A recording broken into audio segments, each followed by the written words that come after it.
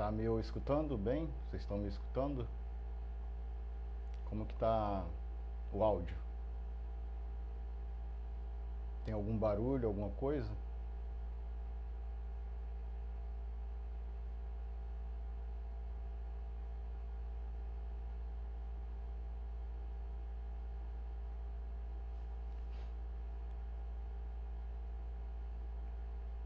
Tá ótimo.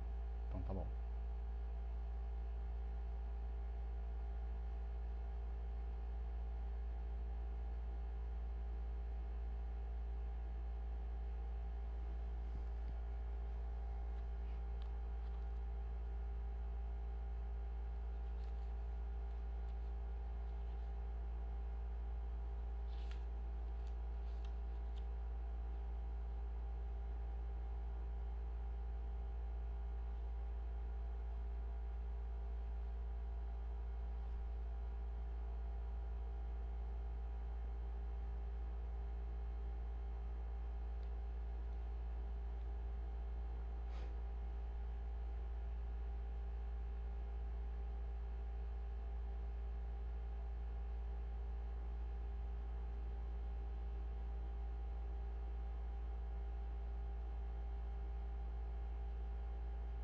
Bom, eu vou aproveitar o tempo porque eu trouxe um estudo pra gente.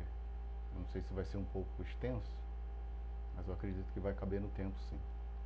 Eu vou dar início à nossa reunião. Então, eu que agradeço o convite feito pela casa, pela Carmelita. Então, em nome de Deus, em nome de Jesus, vamos dar início à reunião doutrinária da Fraternidade Espírita Caminhando com Jesus. Eu me chamo Anderson, eu falo do Rio de Janeiro, não da cidade, mas do estado do Rio, moro fora, uma cidade pequena, e é com muita gratidão que eu tenho a oportunidade de falar acerca daquele que é a maior personalidade de todos os tempos, que é o nosso Mestre Jesus. Então, para dar início à nossa fala, ao nosso estudo, eu vou ler a página bem curtinha do livro Minutos de Sabedoria. É a lição 181. Não perca seu equilíbrio interno. Por maior que seja a tempestade que o envolve, não perca seu equilíbrio. Todas as tempestades passam. E se soubermos recebê-las com serenidade, nenhum mal nos causarão. Jesus dormia no fundo da barca. Quando os discípulos o chamaram nervosos, ele acalmou tudo. Faça o mesmo. Recorra ao Mestre Divino para que as tempestades se acalmem a seu lado.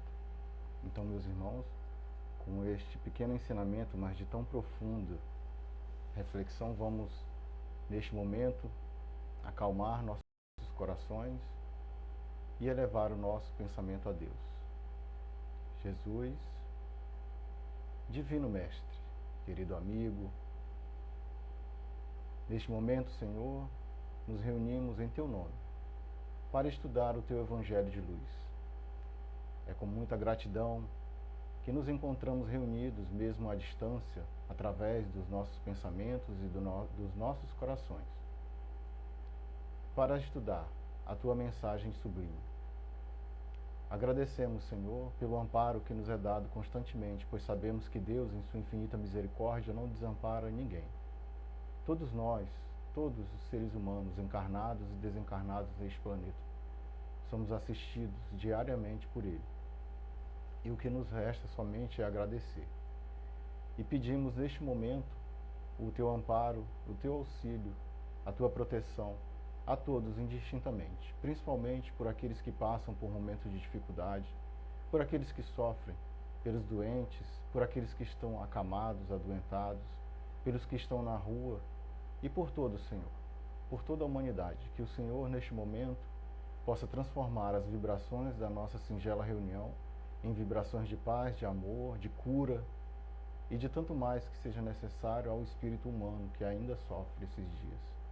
Que o Senhor nos abençoe, que o Senhor nos proteja e que tua paz esteja conosco. E assim, Senhor, com esta rogativa pedimos-te a permissão para dar por iniciada a nossa singela reunião da noite de hoje. Graças a Deus. Bom, meus irmãos, é com muita alegria que eu, atendendo um pedido da Carmelita, eu trago para vocês um estudo intitulado Jesus, agressivo. É um tanto curioso, né? É muito curioso essa pergunta, porque a gente sabe que o Evangelho de Jesus, o Evangelho que a gente conhece, o Novo Testamento, ele é recheado das passagens do Cristo. E segundo João, no capítulo 21, no versículo 25, ele cita uma coisa muito curiosa. Ele diz que, além do que dos evangelhos têm relatado, ainda há muitas coisas que Jesus realizou. E que, se fossem escritas uma por uma, nem mesmo o mundo teria lugar para os livros escritos. Então, todos os feitos do Cristo, se fossem fechados em livros, não caberiam no planeta. Porque a vida do Mestre foi uma vida de ensinamento. Todos os seus atos, sem exceção, desde o seu nascimento até a sua crucificação, servem de ensinamentos para nós. São ensinamentos profundos que nos vêm fazer refletir a respeito da nossa vida, da nossa existência. E ele, como mensageiro celeste, ele traz essa mensagem. Então, existem muitas passagens a respeito de Jesus. Muitas passagens foram escritas e muitas passagens, elas, de alguma forma, elas foram alteradas. E hoje eu vou pedir licença para, de certa forma, atuar como sendo um advogado do Cristo. Eu vou pedir licença, não é nem minha área, né? Porque eu sou da área da saúde. Então, hoje eu vou tentar defender o Mestre, porque existe uma passagem, que eu acredito que vocês já sabem qual é, que é aquela passagem intitulada Jesus e os Mercadores do Tempo. Eu vou abrir o meu coração para vocês novamente. Essa passagem, ela sempre me deixou curiosa. E na dúvida, eu falava assim, não, ele fazer isso? Eu acho que não. Só que eu nunca achei uma resposta. Eu sempre li alguma coisa, um artigo ou outro. E um dia eu achei um artigo do Momento Espírita. E esse artigo, ele me trouxe uma resposta satisfatória para mim. E baseado nesse artigo, eu fiz esse estudo para gente. Porque eu acredito que o Cristo, ele não seria agressivo. Ou seria? Vamos lá? Vamos estudar? Então, para a gente começar, eu vou ler a passagem na íntegra, vou pedir licença para vocês, que consta lá no Novo Testamento, tradução do Haroldo Dutra Dias. Né? São as passagens descritas por São Marcos e por São Mateus. Então, diz o seguinte, os vendilhões do templo. Eles vieram em seguida a Jerusalém, e Jesus, entrando no templo, começou por expulsar dali os que vendiam e compravam. Derribou as mesas dos cambistas e as bancas dos que vendiam pombos, e não permitiu que alguém transportasse qualquer utensílio pelo templo. Ao mesmo tempo os instruía dizendo, não está escrito, minha casa será chamada casa de oração por todas as nações? Entretanto, fizestes dela um covil de ladrões. Os príncipes dos sacerdotes, ouvindo isso, procuravam meio de o perderem, pois o temiam, visto que todo o povo era tomado de admiração pela sua doutrina. Então o fato está aí. Entretanto, existem outras narrações que dizem, que dão mais detalhes, de que Jesus fez um chicote com cordas e saiu batendo em todo mundo. Aí vocês imaginam a cena, né? Jesus vai, pega lá, faz um chicote de cordas e sai batendo naqueles vendedores. Então isso me chama a atenção, porque quem é o Mestre? Alguns podem dizer assim, quem foi Jesus? Nós, da doutrina espírita, que sabemos que a vida, que nós já preexistimos e existe a vida futura, que nós existiremos, podemos dizer que Ele é o nosso Mestre. Ele é a luz da vida, Será que ele faria isso? Será que ele teria esses rompantes de agressividade como nós, seres humanos? Eu acredito que não. Mas antes da gente entrar no mérito da questão, vamos descrever um pouquinho a respeito daquele momento. Por que Jesus estava lá no templo? Naquela época,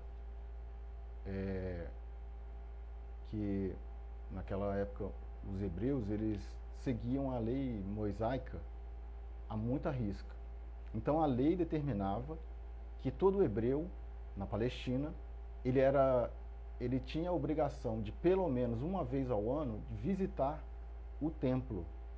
Nós falamos aqui no templo, né? O templo de Jerusalém. Era o grande templo de Jerusalém. Todos tinham a obrigação de ir lá, uma vez ao ano, fazer um sacrifício. A palavra é essa mesmo, sacrifício. Sacrificar um animal. A Palestina, como vocês sabem, tem uma extensão territorial muito grande. Então ficava difícil para as pessoas estarem puxando na estrada. E o sacrifício era feito com o quê? Quais os animais? Eram geralmente um boi novo, né? Um garrote, ou uma ovelha, ou pombos. Então, nas distâncias, ficava muito difícil você estar puxando um animal, que uma viagem até o templo, às vezes, durava dias, 2 dias, 3 dias, 1 dia. Então, se tornava muito dificultoso para os hebreus se dirigirem ao templo puxando um animal. E qual foi a solução? Com o tempo, começou a venda de animais no templo para o sacrifício. Então, esse é uma das justificativas para se criar um mercado imenso de animais dentro do templo. E a outra justificativa também, que falava na lição, nas outras traduções se falam em bancas barracas com animais e bancas com cambistas. Por que cambistas? A gente sabe que câmbio é a troca de moedas. E como existia um grande número de estrangeiros naquela região e que utilizavam moeda estrangeira, né? Tinha um Império Romano que era vasto, então existia a troca de moedas, que era o câmbio. Então daí a gente vê as barracas com animais e as bancas para troca de moeda. Então isso tomou de conta do átrio, quer dizer, do pátio principal do templo. O templo, dizem alguns relatos aqui, que a gente viu aqui pela internet, que o templo era um monumento gigantesco, com capacidade para receber milhares e milhares de hebreus. Milhares. Notem-se que são milhares. Eu vi informações que falavam de 200, 300 mil pessoas. Então vocês veem que é uma quantidade absurda. E uma quantidade absurda dessa de pessoas procurando animais para vender. Então, esse era o quadro com o que Jesus se deparou. Jesus se depara com um quadro onde havia um mercado imenso, cheio de animais para venda.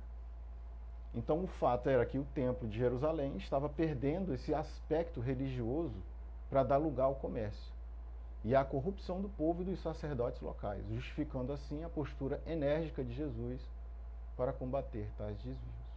Isso de início, certo? Por isso que vamos utilizar a palavra indignado. A gente não pode dizer que Jesus ficou irado, agressivo, colérico. Isso deixa pra gente.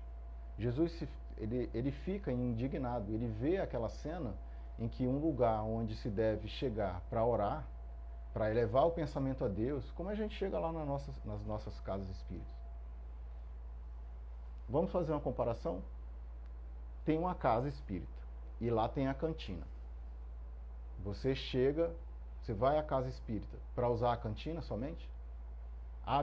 Absolutamente se chega para usar a cantina, e aí a cantina coloca seus diversos quitutes, salgados, bolos, pães, sei lá, uma série de coisas para vender. É isso que vai acontecer. A casa espírita começa a mercadejar. E também existe uma outra coisa chamada simonia, que é um dos aspectos que a gente pode colocar nesse fato aí, nessa passagem. É quando coisas sagradas são comercializadas. E eram comercializadas. As pessoas começaram a enganar os outros. Dizer que era pombo branco, pombo preto e uma série de outras coisas. E aí se tornou esse mercado gigantesco lá. Por isso que ele ficou indignado, né? Mas para a gente defender Jesus, eu trouxe para a gente aqui uma fala da Amélia Rodrigues, do livro Vivendo com Jesus. Ela diz assim: ele permanece como o mais extraordinário ser que o mundo jamais conheceu, na condição de incomparável modelo para a humanidade. Sempre esteve a ensinar e a viver o ensinamento, e por isso aceitou como título somente o de mestre, porque realmente o era. Então, Amélia Rodrigues, nos seus livros belíssimos, narrações belíssimas, né? Como eu tinha falado, que existem, se a gente fosse colocar a citação de João, de que os livros não caberiam na terra, a doutrina espírita ela nos dá essa exclusividade de termos passagens que aconteceram naquela época, de ter narrações que não estão narradas nos evangelhos. E é uma vantagem nossa. Muitos livros. Então o único título que ele tem é o de mestre. E ele é nosso modelo. Como que ele ia perder a paciência lá? O primeiro modelo dele, ela disse assim, então, se ele perdeu a paciência junto com os mercadores, a gente também pode. Perder a paciência com qualquer um aí, lá no mercado, no ônibus, no trabalho, onde quer que seja. A gente pode? Pode? Não. Se a gente fala que não pode, ele vai poder? Tem alguma coisa aí também que não está batendo, né? E a pergunta, quem é Jesus? No livro dos Espíritos, na pergunta 625, tem uma pergunta belíssima, com uma resposta curtinha dos Espíritos. A pergunta de Kardec é assim: qual o tipo mais perfeito, olha só gente, qual o tipo mais perfeito que Deus tem oferecido ao homem, para lhe servir de guia e modelo? A resposta é muito curta, muito breve e muito significativa. É Jesus, o modelo mais perfeito que Deus nos ofereceu. É o Cristo. Jesus, para a gente ter ideia, para a gente só relembrar, eu acredito que vocês sabem disso, ele é um espírito puro, espírito perfeito. E ele já o era antes da formação do nosso planeta. Nosso planeta tem bilhões de anos formado.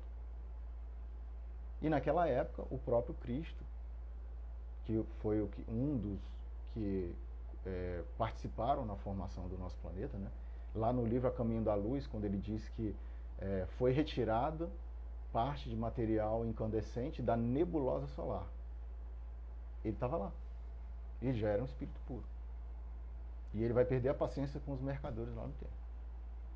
Eu sou um péssimo advogado, gente. Eu vou ficar insistindo nessa tecla. Mas vamos seguir.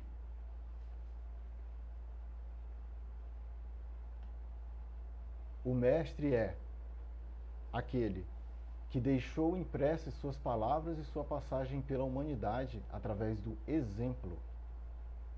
O exemplo que Jesus deixou foi o exemplo daquilo que ele pregou. E o que ele pregava? A lei de amor. A lei de brandura, a lei da paz, a lei da caridade. Sempre pregando o que ele dizia. Então ele sempre exemplificou. Então seria impossível atribuir a Jesus aquelas características de hostilidade perante aquela multidão lá. Ele é virtude encarnada em corpo de homem. Trouxe a boa nova ao mundo. Entregou à humanidade a lei de amor. Olha que belíssimo. Ele nos trouxe a lei de amor. É como se ele é o mensageiro divino, e é o mensageiro divino. Na época em que a terra estava atribulada com o domínio de Roma e de outros povos, o Cristo traz a sua lei de amor.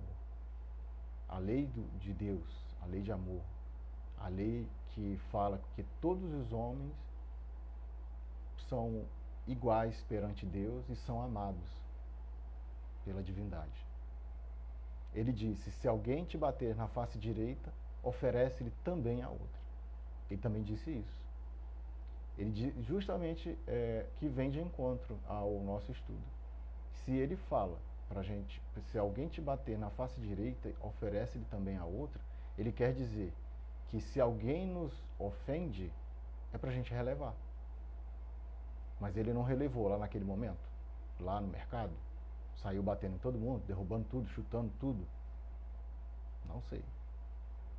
Como poderia dar mostras de impulsividade e agressão? Então a gente tem um material muito bom aí para justificar que nosso querido Mestre Jesus, ele não cometeu aqueles atos. Vamos seguir aqui para frente. Mas então, o que aconteceu naquele dia? Agora vocês vão estar curiosos, né? A resposta é simples, gente. Não precisa se exaltar, não. O que aconteceu naquele dia, que está escrito lá no artigo do Momento Espírita, o artigo é intitulado Violência de Jesus. Olha só, eu ia colocar esse título, mas eu achei muito pesado, né? Aí eu falei, não, vou mudar. Diz o seguinte: o Cristo, naquele momento, ele já era conhecido de todos. A sua presença já era temida. Ele já era respeitado por todos. Então, naquele momento, quando ele entra no átrio, né, no pátio do templo, que o templo tinha várias portas. Ele entra na porta principal e vê aquilo lá, e ele fica indignado e fala, né? Corte de ladrões, ele tem aquela fala dele. Aquelas pessoas ficam assustadas. A autoridade moral do Cristo fez com que aqueles homens, imagina, a gente não fala que a presença do Cristo, a sua aura, ela não se expandia a ponto de expulsar já os demônios, os espíritos maus, sujos, como é dito lá no Novo Testamento. Antes dele chegar, é o que acontecia. A aura dele já chegava e os espíritos já respeitavam ele por isso. Né? Imagina ele chegando naquele lugar. Ele expande a sua aura, aquele magnetismo de autoridade, porque ele podia modular o seu magnetismo. Em alguns momentos era de doçura, de brandura, de acolhimento, mas naquele momento ele teve a capacidade de imprimir uma autoridade tão grande que todos eles ficaram temerosos. E nesse momento, todos eles se levantaram e saíram correndo. E imagina a balbúrdia que foi no momento. Derrubou banca dos cambistas, derrubou barraca, derrubando barraca, animal correndo para todo lado, e Jesus não fez nada, absolutamente nada. Ele não bateu em ninguém, ele não agrediu ninguém, ele não foi agressivo, ele não foi violento. Ele simplesmente se indignou de ver a casa do Pai se tornar um lugar onde era um mercado, onde se vendiam coisas. Foi simplesmente isso. E se não foi, para mim se torna uma verdade, porque o Cristo, o governador do nosso planeta, um dos governadores do nosso sistema solar, se rebaixar a sair batendo nos outros com chicote, isso é inadmissível. Eu vi um vídeo do nosso querido Jorge Elahá, que diz que existiam homens também, os zelotes, né, aqueles que zelavam pela lei, aqueles que eram mais da ortodoxia, que seguiam a lei à risca. Alguns homens também seguiam Jesus. Ele diz que talvez esses homens tenham sim ido lá e causado essa confusão, batendo, revirando banca. Ele diz que pode ter acontecido isso também. Mas o Cristo se dá a esse papelão? Não. E aí, com a autoridade, teve essa debandada, todo mundo saiu correndo, destruindo tudo lá, e colocaram na conta do nosso mestre esse comportamento agressivo. E aí a gente termina a defesa do nosso mestre dizendo que ele não fez aquilo e que simplesmente foi um mal entendido, né? Como muitos outros maus entendidos que existem nas escrituras, que são pontos de vista únicos, são pontos de vista únicos, visto por apenas um ângulo. Pode ter sido visto até por 2, 3 pessoas, mas imputaram isso a ele, e não foi. Mas esse comportamento agressivo, aí ele se torna o nosso objetivo do nosso estudo também. Porque quem é agressivo? Quem nós somos agressivos, né? Somos nós. A agressividade é uma característica nossa. Nós é que somos agressivos. Essa tendência que a gente tem de atacar, de provocar, essa hostilidade permanente que a gente tem que demonstrar em nossas atitudes e em nosso pensamento. Ou a gente fala o contrário, em nossos pensamentos e nas nossas atitudes. Atitude agressiva.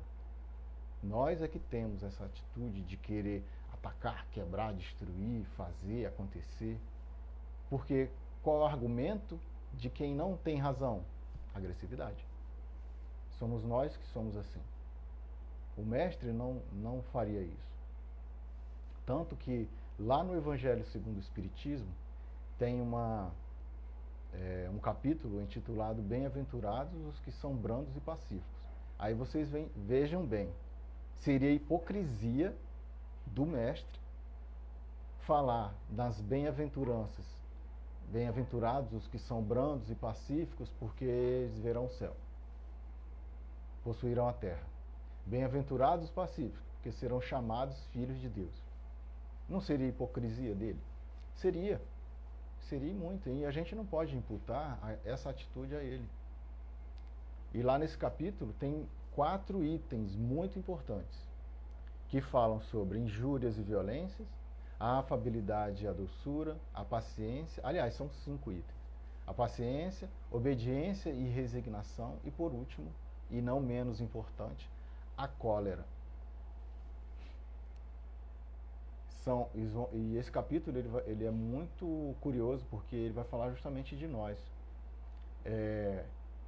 E fala sobre, e eu trago, para que a gente faça uma análise rápida, e comparando com a doçura do Cristo, a nossa afabilidade e a doçura.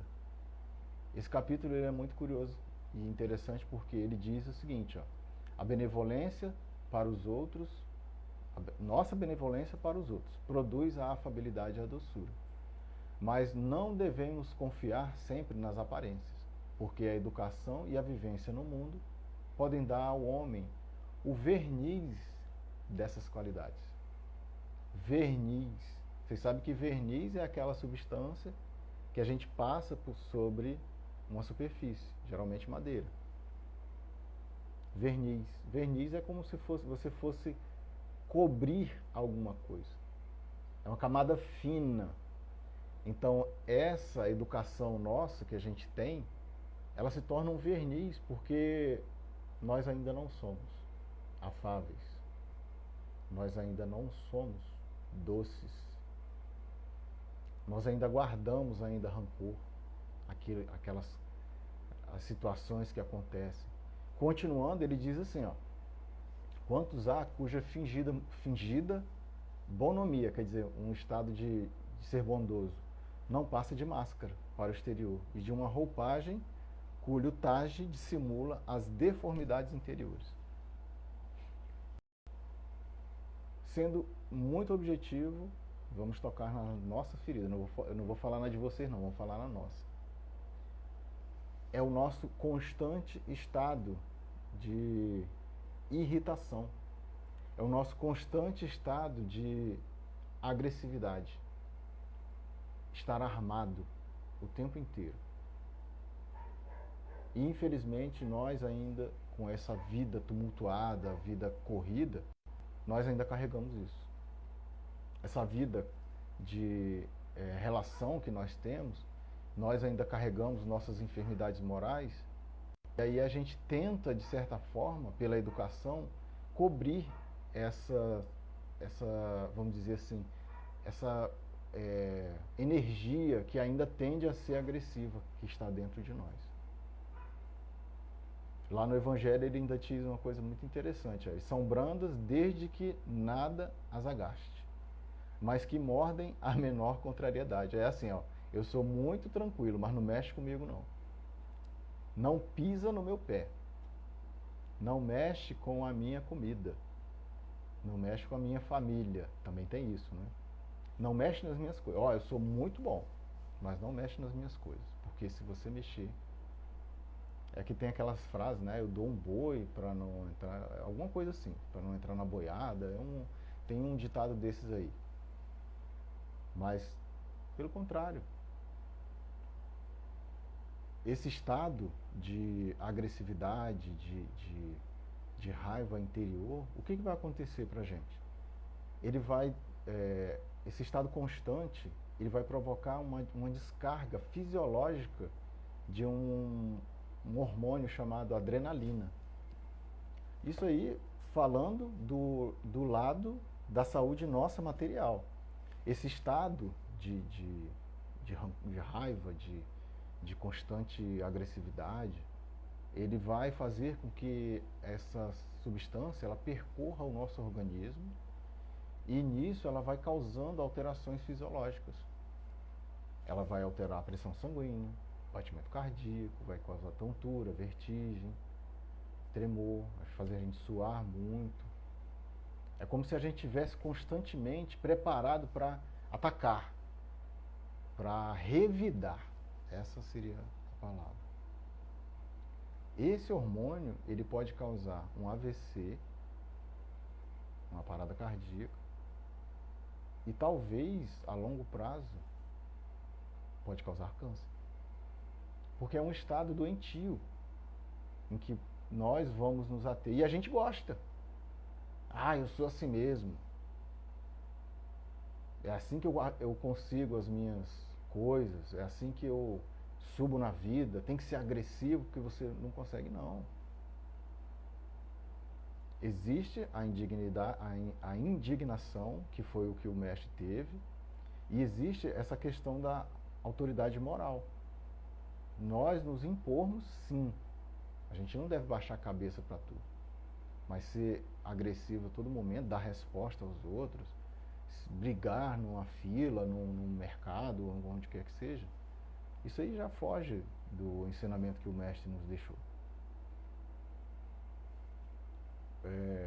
Lá no livro Fonte Viva tem uma lição muito curiosa que é de Emmanuel. Ele vai falar sobre a passagem de Pedro, quando Jesus está sendo preso e ele saca a espada e decepa a orelha do centurião. Aí o que Jesus fala, o nosso mestre? Embainha, Pedro, embainha tua espada. E é o que menos a gente faz. Constantemente a gente está embainhar e colocar a espada na bainha, né? A palavra que é utilizada também é ensarilhar, guardar a arma. A gente faz o contrário, a gente vive armado. Tem um caso, se eu não me engano, é Divaldo, que ele vai numa conferência no exterior e não é espírita. Ele vai numa conferência, eu acho que é psicológica, psiquiátrica, alguma coisa assim. Vocês vão me perdoar se eu falar equivocado, mas ele vai e tem uma pessoa lá, uma senhora que vai fazer a preleção e fala para ele que ele já chega armado. Aí ela fala para ele, desarme-se. E ele não entende. Ela repete, desarme-se. E ela mostra a ele que ele chegou de uma certa forma com hostilidade. E ele muda a forma de ver. E ele vê que realmente ele estava, de certa forma, mentalmente armado. E é o nosso estado feliz, de que nós, em todo momento, estamos armados para que o próximo, quando chegar para a gente com qualquer fala observação, ela se traduz em melindre, em agressividade, em uma fala mais ríspida, não é? E espiritualmente falando, isso vai atrair quem? Nossos amigos menos, vamos dizer assim, mais infelizes. Eles vão sintonizar com essa agressividade constante nossa, porque isso é alimento mental para eles. E isso vai retroalimentando, porque eles se aproximando, se alimentam da nossa agressividade, eles trazem a deles, e isso se torna o quê? Uma ligação. E em determinado momento se torna uma obsessão. Devemos nos cuidar com relação a isso. Um outro aspecto um outro recorte, né, que eu trago os recortes de livros, porque é sempre bom a gente pautar a nossa fala na codificação. No livro Instruções Psicofônicas, que eu gosto muito, Instruções Psicofônicas, uma dica para vocês. Lição número 41, do espírito Aulus. Aulus foi um dos instrutores de André Luiz. Ele diz o seguinte, que o sentimento elevado gera o pensamento elevado. E o pensamento elevado garante a elevação da existência. Por que eu trouxe essa página para a gente? Porque ele diz que o sentimento é o molde vibrátil em que o pensamento e a causa se formam. Ele afirma que antes do pensamento existe o sentimento. Então, se nós tivermos um comportamento, vamos dizer, o nosso sentimento, a nossa vida sentimental, a nossa vida emocional, se ela estiver desequilibrada, tudo que a gente gerar de pensamento vai ser desequilibrado. Bem simples. Sentimento é o molde em que o pensamento e a causa se formam. Molde vibrátil. Porque se nós pensamos de forma equivocada, nós temos sentimentos equivocados, até um sentimento por outra pessoa, né, equivocado, a gente vai gerar pensamentos ruins. E para ilustrar a nossa fala, e a gente já está chegando já em 7h38, eu trouxe uma história que eu vou tentar contar para vocês, tá, gente? Eu vou tentar, resumidamente, contada por Jesus. Vocês conhecem o livro Jesus no Lar. Esse livro é fabuloso. É outro livro que eu gosto muito. No livro Jesus no Lar, psicografia de Francisco Cândido Xavier, pelo espírito de Ney Lúcio, tem uma lição muito curiosa, que depois vocês vão lá e veem a lição na íntegra. A lição é intitulada Os Descobridores do Homem. Os Descobridores do Homem. A lição narra o seguinte: Jesus estava em casa de Pedro e em determinado instante da conversação, eles estavam falando a respeito da fidelidade do homem a Deus. Então, Jesus, de forma descontraída, vendo a fala deles, ele narra o seguinte: apareceu na cidade de Nínive, uma cidade antiga lá, capital de um império, um homem que era considerado santo. Os seus feitos eram considerados os feitos de um santo. E ele foi tão falado que os anjos levaram a mensagem a Deus, dizendo assim, tem um fulano lá, que ele está parecendo que ele é santo, e ele merecia vir aqui para o céu. Aí Deus, na sua infinita sabedoria, fala assim, então vamos ver. Vamos testá-lo. Antes de trazê-lo, a gente vai testar. E aí o que ele faz? Ele envia à terra seus 4 mensageiros. Os 4 descobridores do homem. Que são a necessidade, o dinheiro, o poder e a cólera. Então, ele vai e envia para testar esse dito homem santo que está lá na terra. Em primeiro lugar, aparece quem? Como sempre, a necessidade. Ele envia a necessidade e ela é a primeira que se faz sentir. Pelas privações, pelos obstáculos, doenças, o abandono. Mas o devoto, quer dizer, o homem que estava sendo testado, ele consegue ultrapassar essa prova. O devoto, com confiança, vence a necessidade. Em seguida, vem o dinheiro. O dinheiro se acerca dele, lhe traz mesa farta, muitos recursos, consideração social, mas ele se lembra da caridade e distribui a riqueza. Então, mais uma vez, o homem ele se sai bem na prova, na segunda prova, que é o dinheiro. A terceira, logo em seguida, vem o poder. O poder investe com grande autoridade. Então, o devoto ele se recorda de que a vida é simples empréstimo da providência.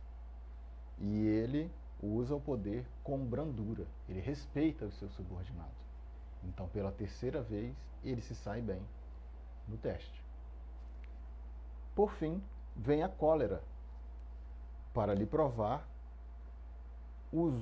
ela observa, né? Dá uma rodeada, dá uma observada. Aí fala assim, eu vou usar um servo fraco e ignorante.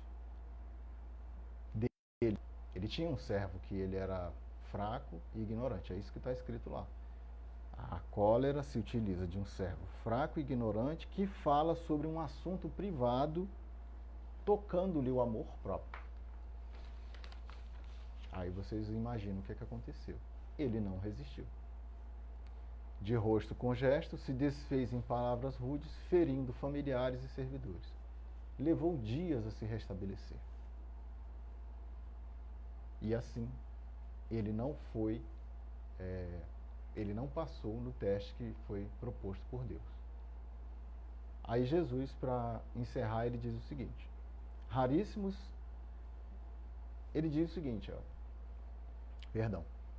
a necessidade, o dinheiro, o poder, são provas que o homem ele vai passar e ele tem condições razoáveis de passar. Entretanto, raríssimos são aqueles que vencem a visita da cólera, que vem ao círculo do homem a notar-lhe a diminuição do amor próprio, sem o qual o espírito não reflete o brilho e a grandeza do Criador nos campos da vida eterna. Então, todos nós passamos por dificuldades, mas quando chegamos na prova da cólera, a gente fica. Porque nós ainda somos portadores de muitas fragilidades. Temos uma série de fragilidades. Melindre, a questão do amor próprio e de tantas outras coisas que vêm nos trazer infelicidade com raiz em um item que é falado na codificação. A chaga da humanidade, o orgulho. O orgulho é que vai nos trazer esses acessos de agressividade, de cólera, de impulsividade, porque nós ainda não domamos o nosso eu. Queremos que ainda a nossa opinião seja respeitada. Na verdade, queremos impor a nossa opinião e impor nosso ponto de vista, impor a nossa visão, nos impor ao outro. E não é assim. O que Jesus fala em diversas lições? Se você quiser ser o primeiro, vai lá para o final da fila. Se você quer se você quer realmente se engrandecer, você deve ser servir ao invés de ser servido. Essa é a lição dele. Então nós nos deparamos diariamente, né, com essas lições, com essas situações, e cabe a nós fazermos essa autoanálise de como nós estamos nos comportando, de como nós estamos reagindo perante o próximo.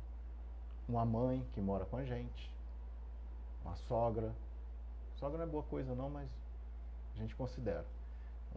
O nosso irmão, o filho, os nossos pais, a esposa, colega de trabalho, onde quer que a gente esteja. Será que a gente não está sendo ríspido?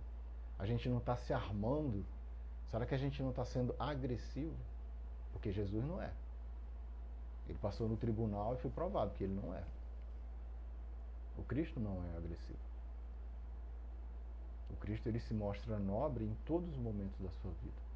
Ele foi enérgico, mas agressivo não. Então, simples e nobre, ele caminha anônimo entre as massas desvairadas. Auxilia em silêncio e na ternura, abrindo portas para a conquista da plenitude. Vigilante, aguarda que lhe seja facultada a oportunidade de apresentar-se. Se, porém, ainda não o encontraste, para, reflexiona, direciona os passos na sua direção. Compassivo e afável, ele está perto de ti. Busca viver com ele.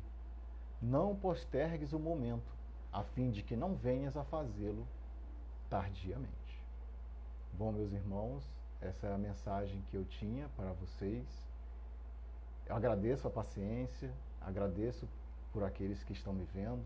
Deixo um abraço também, deixo um abraço a todos e àqueles que me verão posteriormente, porque graças à pandemia temos essa oportunidade ímpar de difundir a mensagem, ultrapassar fronteiras.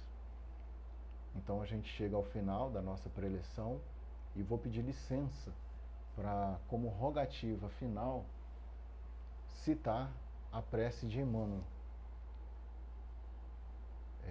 Constante, eu esqueci de colocar a fonte, depois eu coloco para vocês. Então diz o seguinte: Senhor Jesus, associa-se a nossa voz a todas as súplicas que te rogam a bênção de amor, a fim de que possamos trabalhar em harmonia com os teus superiores desígnios. Dá-nos consciência de nossas responsabilidades e infunde-nos a noção do dever. Reveste-nos com a dignidade da resistência pacífica diante do mal que nos conclama à perturbação e faze-nos despertos na construção espiritual que fomos chamados a realizar contigo, dentro da renunciação que nos ensinaste. Apaga em nosso pensamento as labaredas da discórdia e ajuda-nos a responder com silêncio, serenidade e diligência no bem toda a ofensiva da leviandade, da violência e do ódio. Instila-nos a coragem de esquecer tudo que expresse inutilidade e aviva-nos a memória no cultivo dos valores morais indispensáveis à edificação do nosso futuro. Mestre, não nos deixes hipnotizados pela indiferença que tantas vezes tem sido o nosso clima de invigilância pessoal em tua obra de luz. Que a fraternidade e a ordem, a compreensão humana e o respeito recíproco nos presidam a tarefa de cada dia em teu nome, na execução de tua divina vontade. São os votos que repetimos com todo o coração, hoje e sempre, graças a Deus.